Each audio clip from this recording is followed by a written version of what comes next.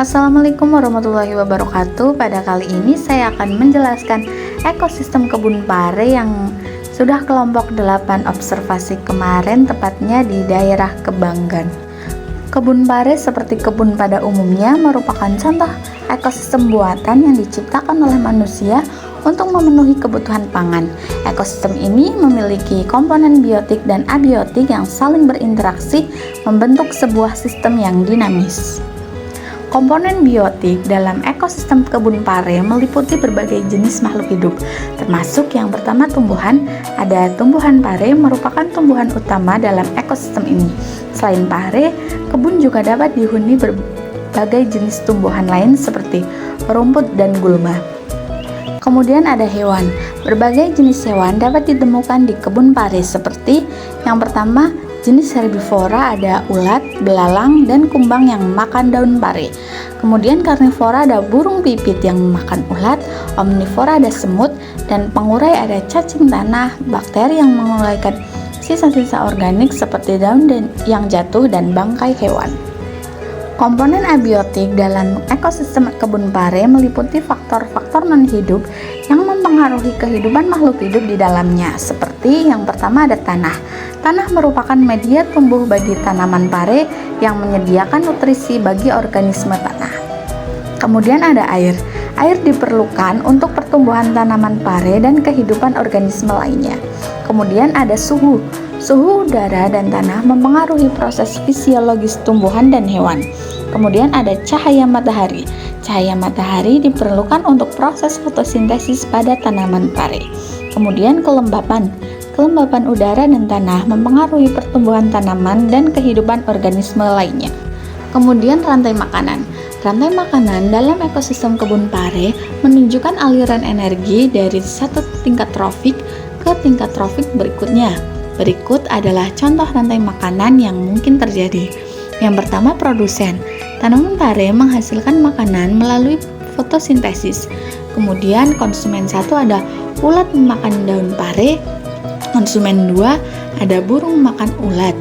Terus burung mati. Jamur dan bakteri menguraikan sisa-sisa organik dari hewan yang mati dan mengembalikan nutrisi ke tanah. Interaksi antar komponen.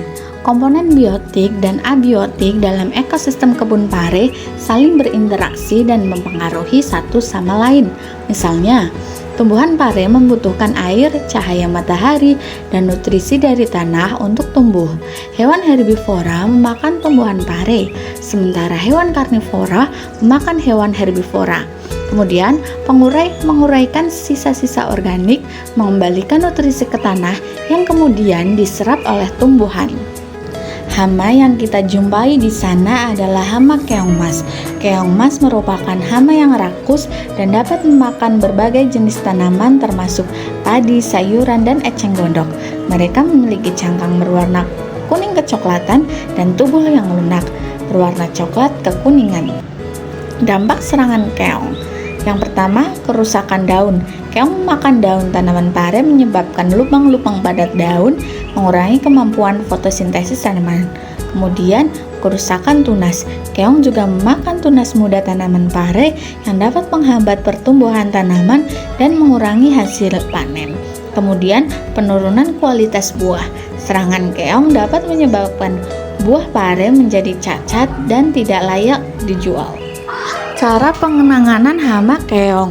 Pengendalian hama keong dapat dilakukan dengan pengendalian manual, yaitu pengumpulan dan pemusnahan. Pengumpulan keong secara manual dapat dilakukan dengan menggunakan tangan. Keong yang terkumpul kemudian dimusnahkan dengan cara dibakar atau dikubur. Kemudian pencegahan serangan keong. Pencegahan serangan keong dapat dilakukan dengan menjaga kebersihan kebun. Kebersihan kebun yang baik dapat mengurangi tempat persembunyian keong. Peran manusia dalam ekosistem kebun pare. Manusia memiliki peran penting dalam ekosistem kebun pare. Mereka menanam dan merawat tanaman pare, mengendalikan hama dan penyakit, serta memanen buah pare. Namun, manusia juga dapat mempengaruhi keseimbangan ekosistem, seperti penggunaan pestisida. Penggunaan pestisida secara berlebihan dapat membunuh serangga yang bermanfaat, seperti lebah dan kumbang, yang membantu penyerbukan tanaman. Penggunaan pupuk kimia. Penggunaan pupuk kimia secara berlebihan dapat mencemari tanah dan air serta mengganggu keseimbangan ekosistem. Kemudian saya akan menjelaskan PowerPoint yang telah kelompok 8 buat mengenai ekosistem kebun pare. Yang pertama, pengertian ekosistem. Ekosistem adalah suatu sistem ekologi yang terdiri dari komponen biotik atau makhluk hidup dan abiotik atau faktor fisik dan kimia yang saling berinteraksi. Pengertian kebun pare. Kebun pare adalah area yang ditanami tanaman pare atau Momordica carantia yang merupakan tanaman merambat dengan buah yang pahit dan memiliki khasiat obat. Peran ekosistem kebun pare. Yang pertama, sumber pangan, menyediakan buah pare sebagai sumber makanan dan obat. Yang kedua, habitat, menyediakan tempat tinggal bagi berbagai makhluk hidup. Kemudian, penyerapan karbon. Tanaman pare menyerap karbon dioksida dari udara dan menghasilkan oksigen. Kemudian, pelestarian keanekaragaman hayati, menyediakan tempat hidup bagi berbagai spesies tumbuhan dan hewan. Selanjutnya, komponen biotik kebun pare. Produsen tanaman pare sebagai produsen utama yang menghasilkan makanan melalui fotosintesis. Kemudian, konsumen, herbivora, serangga, tikus, dan hewan lain yang memakan daun buah pare. Kemudian karnivora, burung, ulat, dan hewan lain yang memangsa herbivora. Kemudian omnivora, hewan yang memakan tumbuhan dan hewan, contohnya ayam.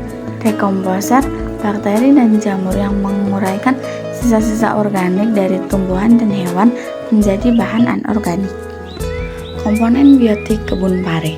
Yang pertama ada cahaya matahari, energi utama untuk fotosintesis tanaman pare. Kemudian suhu optimal untuk pertumbuhan tanaman pare.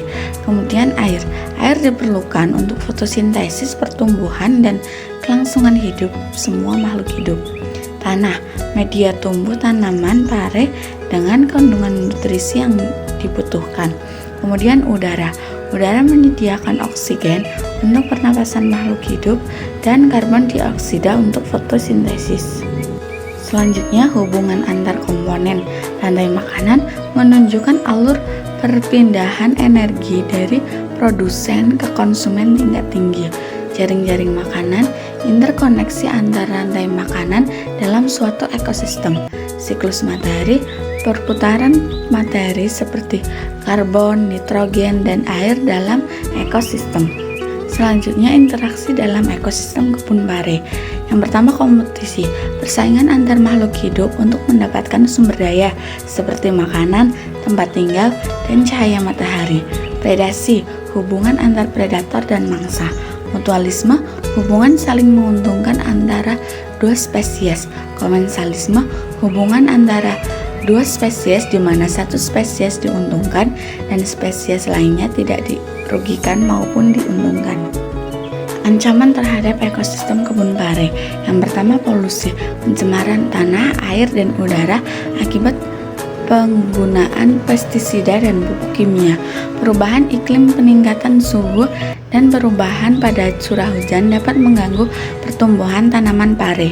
Hilangnya habitat, pembangunan dan alih fungsi lahan dapat mengurangi luas kebun pare. Penyakit dan hama, serangan penyakit dan hama dapat merusak tanaman pare. Kemudian, upaya pelestarian ekosistem kebun pare.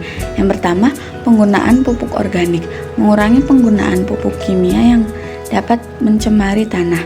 Kemudian, pengendalian kesadaran masyarakat, meningkatkan pemahaman masyarakat tentang pentingnya menjaga kelestarian ekosistem kebun pare. Kemudian, program reboisasi, menanam pohon di sekitar kebun pare untuk menjaga kestabilan iklim dan mencegah erosi tanah. Kesimpulan, ekosistem kebun pare merupakan sistem kompleks yang terdiri dari komponen biotik dan abiotik yang saling berinteraksi.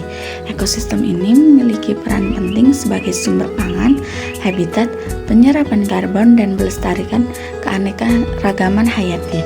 Ancaman terhadap ekosistem kebun pare perlu ditangani dengan serius untuk menjaga keberlanjutan. Sekian presentasi yang dapat kami sampaikan terima kasih. Berikut kami tampilkan barcode untuk soal latihan. Sekian video yang dapat kami buat. Mohon maaf apabila ada kesalahan. Terima kasih. Wassalamualaikum warahmatullahi wabarakatuh.